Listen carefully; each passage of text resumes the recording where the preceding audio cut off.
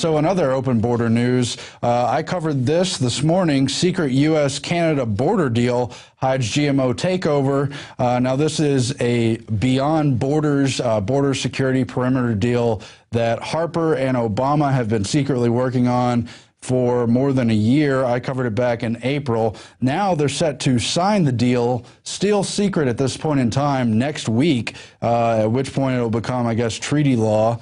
Now, this bill is significant. Of course, obviously, it's part of the larger North American Union deal that was leaked, that was also pursued in secrecy, started during the George W. Bush administration in 2005. They've had a number of meetings since then, and Harper's been part of this all along.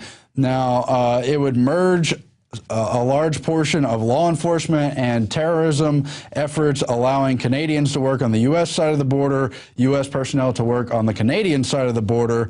It would also up and legitimize biometric checks at the border, and it would justify surveillance, quote, track everyone coming and leaving Canada by air, land, and sea, giving that power to the United States authorities. But there's more to this secret agreement, and the parts that are known about are because it was leaked to the press. We currently don't know everything about this 32-point border perimeter plan. What's lying in plain sight here is that they also plan to, quote, streamline and harmonize regulations in the automotive and food sectors. Now, this is very significant, especially the food sector portion, because it would probably, most likely, many observers believe, open up Canada to a total assault from the biotechnology companies, Monsanto chief among them.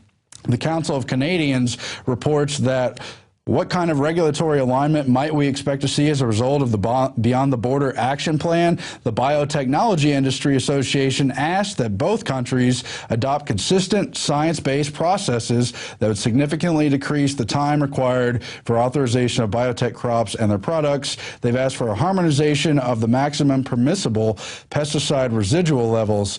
And again, many Canadians, farmers and activists among them, have successfully repelled a lot of Monsanto's biotech products from being introduced into the company. They fought back against bovine growth hormone, GM alfalfa, and have gotten an investigation into the pesticides. But the biggest pushback was against GM wheat, one of Canada's biggest exports, and that victory came at the hand of the Canadian Wheat Board, which, by the way, was just dismantled earlier this week in time for the Trans-Pacific Pact trade talks.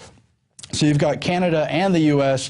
working on a bilateral open borders trade deal, part of the North American Union. Meanwhile, they're working in the Asian sector for this Trans-Pacific Partnership, all to do these so-called free trade deals, which are not free at all. They create trade blocks. If you don't become a member, then you're essentially discriminated against for your exports. So it's all very interesting. They say the wheat board's probably just the beginning.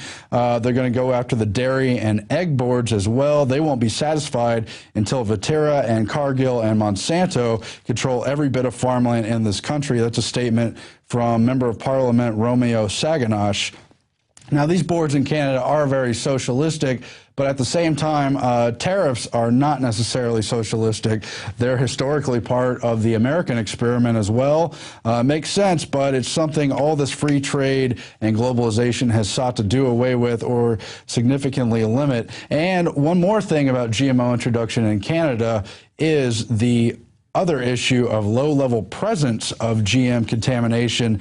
They are also separately seeking to legitimize the export of crops which are genetically modified and banned in certain countries, such as places in Europe, where they will not accept these crops. They're now trying to pressure them to accept low-level contaminated GMO crops, a dangerous, slippery slope towards total introduction of GM crops. Right now, by the way, there's about 30 commercial GM crops. By 2015, a European Commission study estimates there will be more than 120 GMO crops, something to keep an eye on.